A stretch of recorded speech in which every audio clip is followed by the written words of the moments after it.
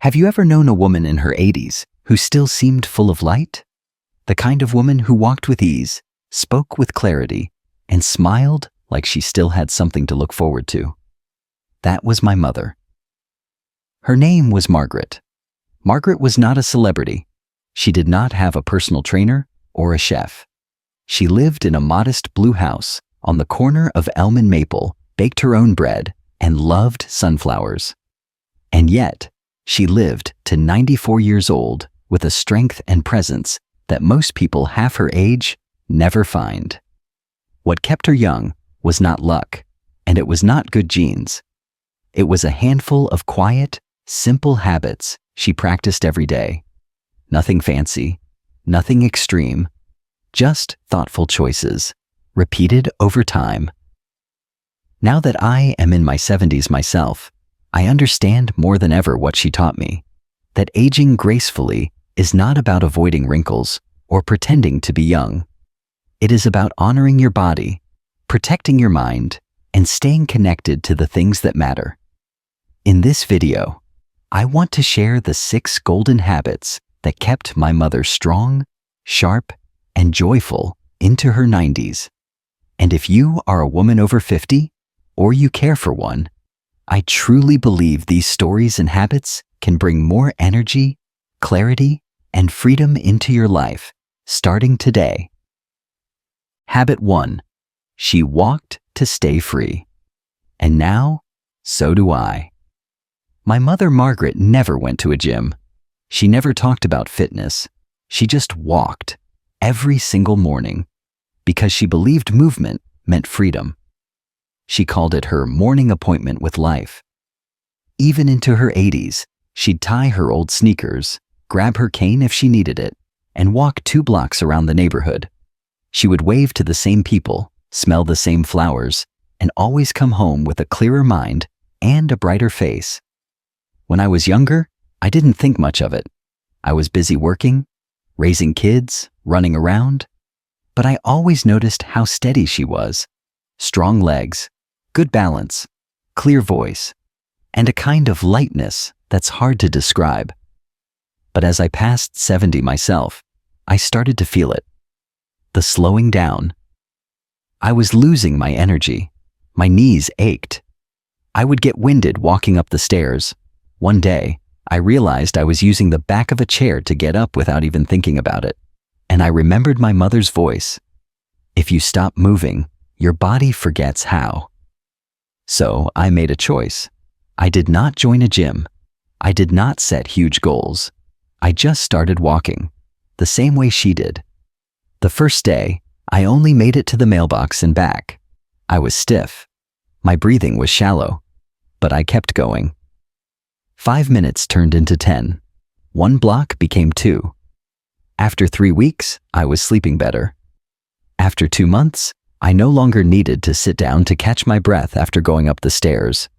Now, I walk 30 minutes every morning, sometimes alone, sometimes with my wife, and I feel like myself again. Walking has become more than movement. It is a daily reminder that I am still in control of how I age. According to Harvard Medical School, walking 30 minutes a day can lower your risk of heart disease by up to 40%. It boosts brain function, lifts your mood, and keeps your joints flexible. But I did not need a study to tell me that. I can feel it in my own body. I used to think slowing down was just a part of getting older, but I've learned it is not always age that steals your strength. It is stillness. And my mother knew that long before I did. She used to say, "I'm not walking to exercise. I'm walking to stay in the world." So if you're listening to this and wondering where to begin with just 1 step. A few minutes a day. Walk to the kitchen. Walk to the corner. Walk with someone you love. Or walk with your thoughts. That is what I do now, every day. And here's the truth. I feel stronger at 72 than I did at 65. Not because I found a miracle, but because I remembered the simplest habit of all and chose to walk just like my mother did. And that one choice gave me back my freedom. Habit 2. She cooked with her hands. not from a box. And I learned to nourish, not just eat.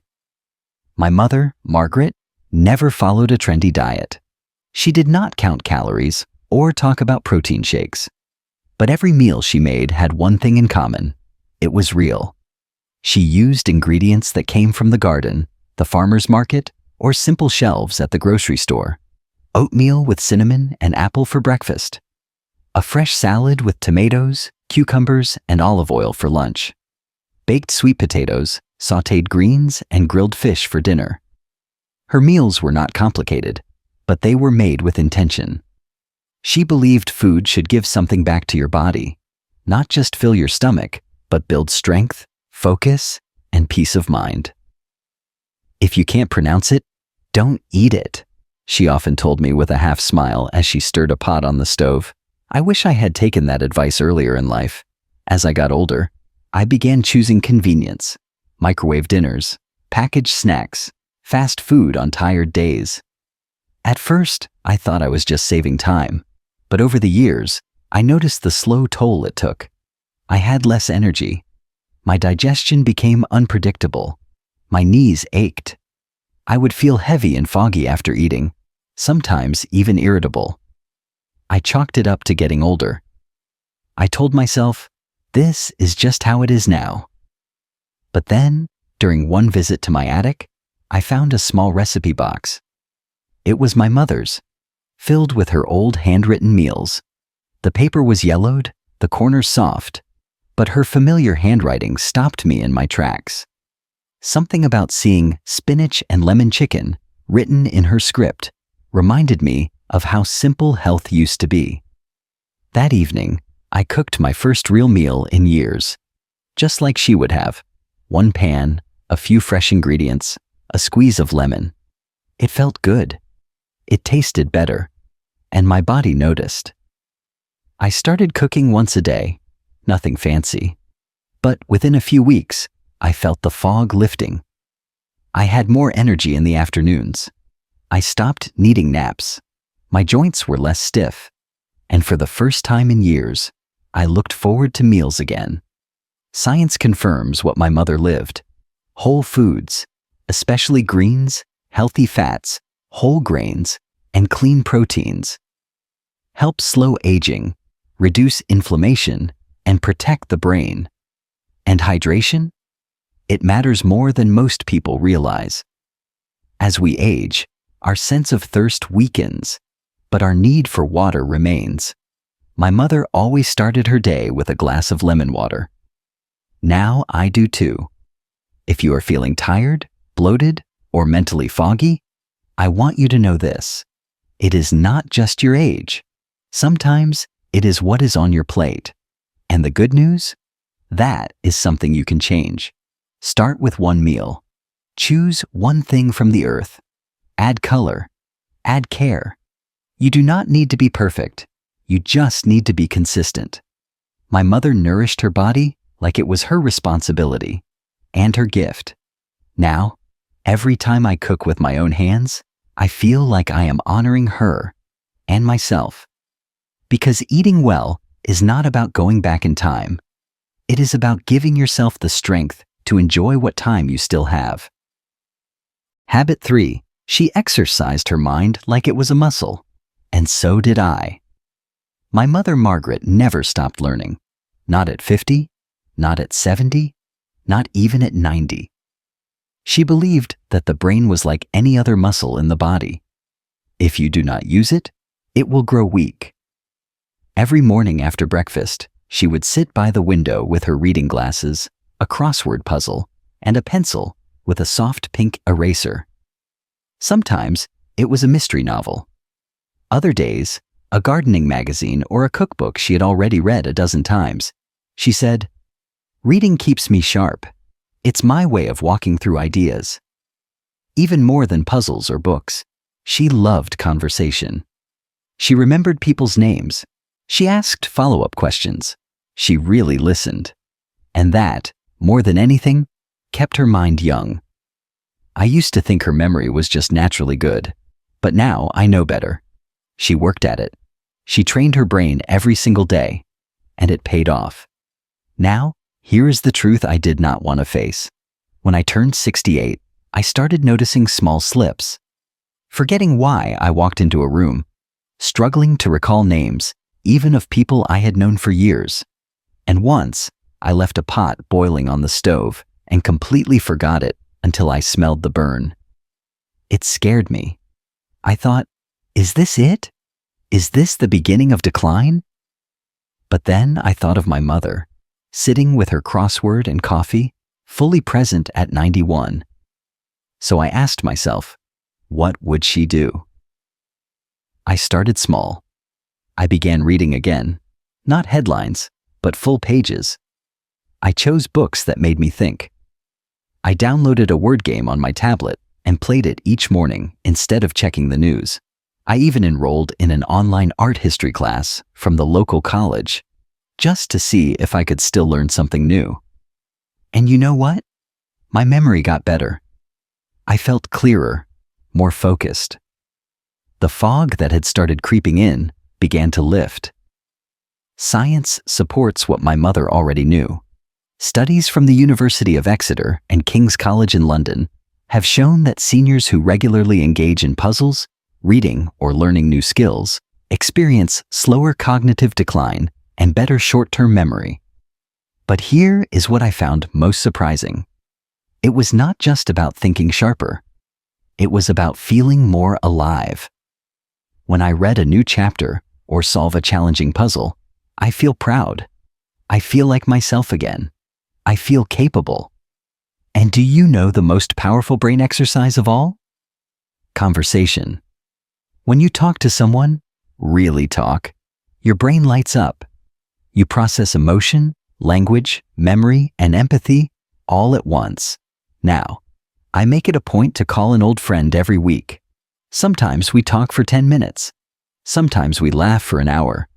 But every time, I hang up feeling brighter. If you are over 50 and you have started noticing little changes in your thinking, do not panic and do not ignore it. Your mind is still yours, but like your muscles, it needs daily attention.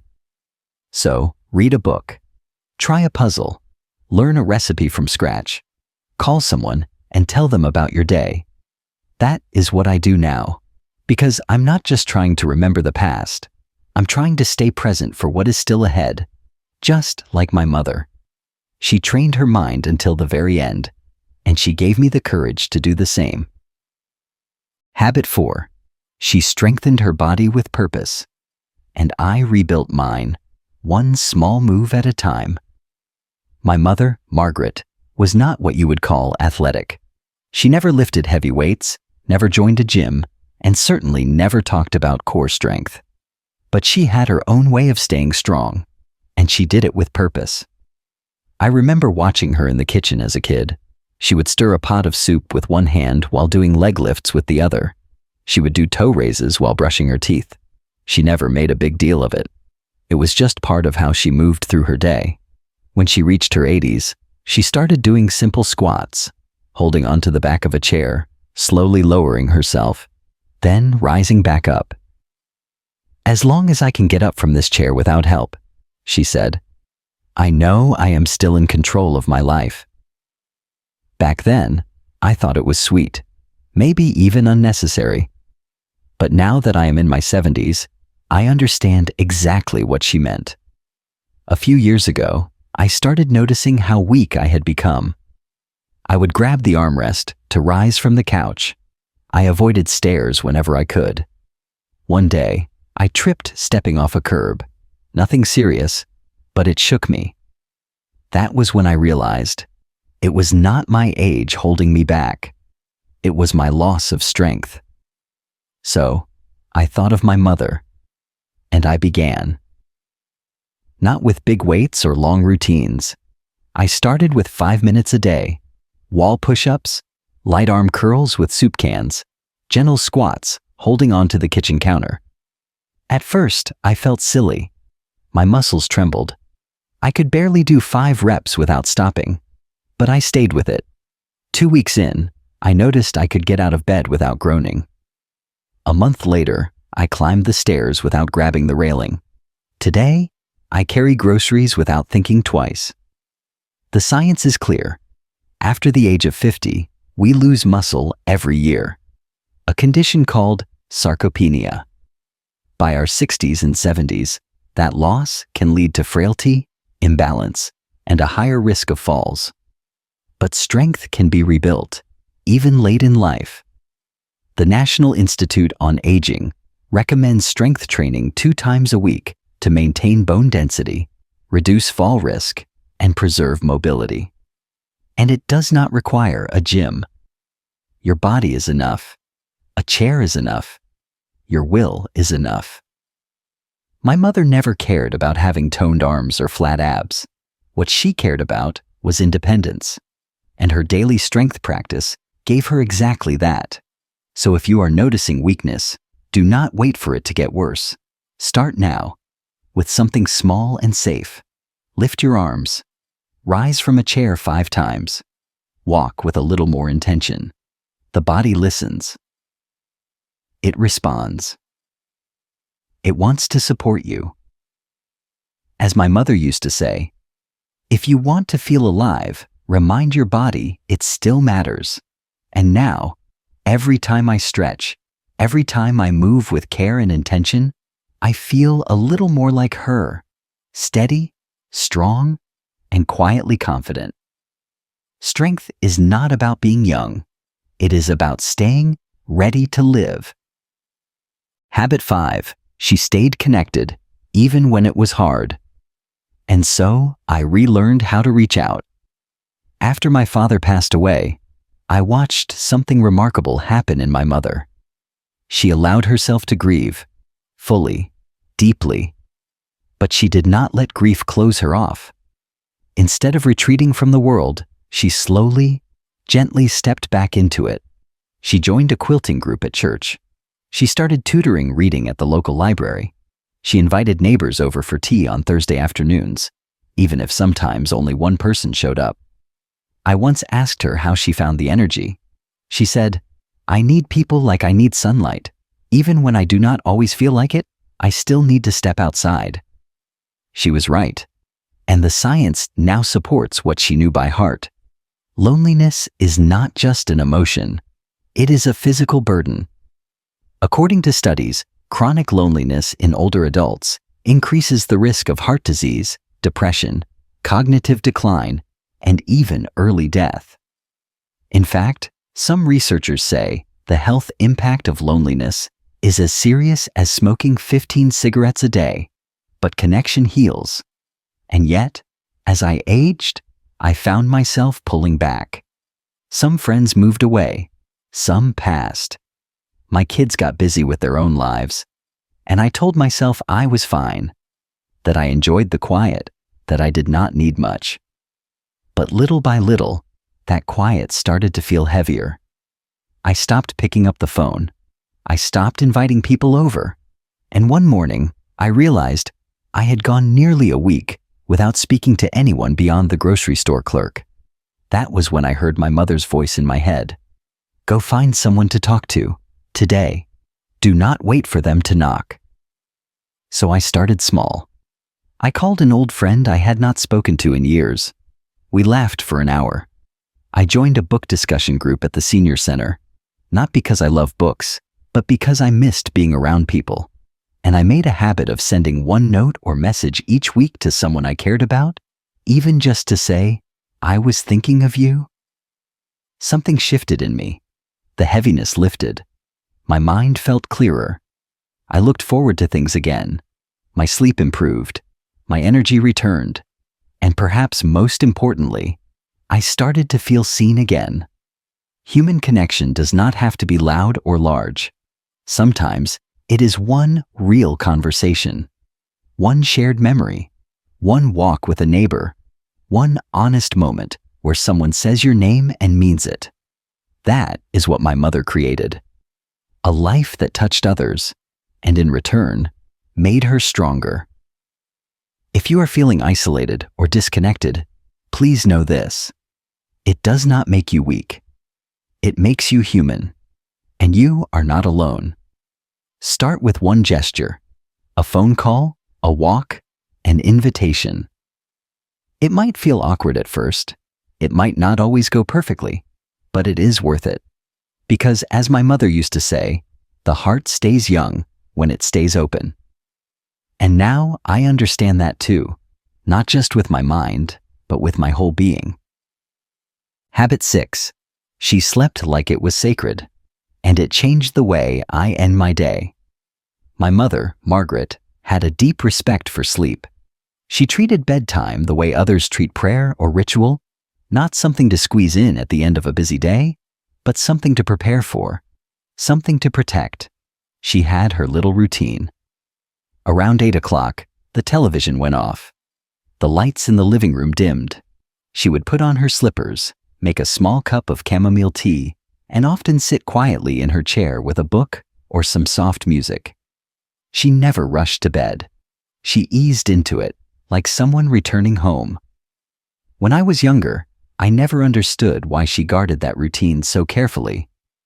But I do now. Because somewhere in my late 60s, sleep began slipping away from me. I would wake up at 2 or 3 in the morning, unable to fall back asleep. Other nights, I would toss and turn for hours, only to wake up feeling more exhausted than the day before. And over time, I noticed the toll, not just on my body, but on my mood, my memory, even my motivation. I became irritable during the day. I had trouble focusing on simple tasks. My blood pressure went up. My joints ached more. I even started gaining weight, though nothing in my diet had changed. At first, I blamed age, but then I remembered how my mother always said, "Sleep is not a reward, it is repair." And she was right.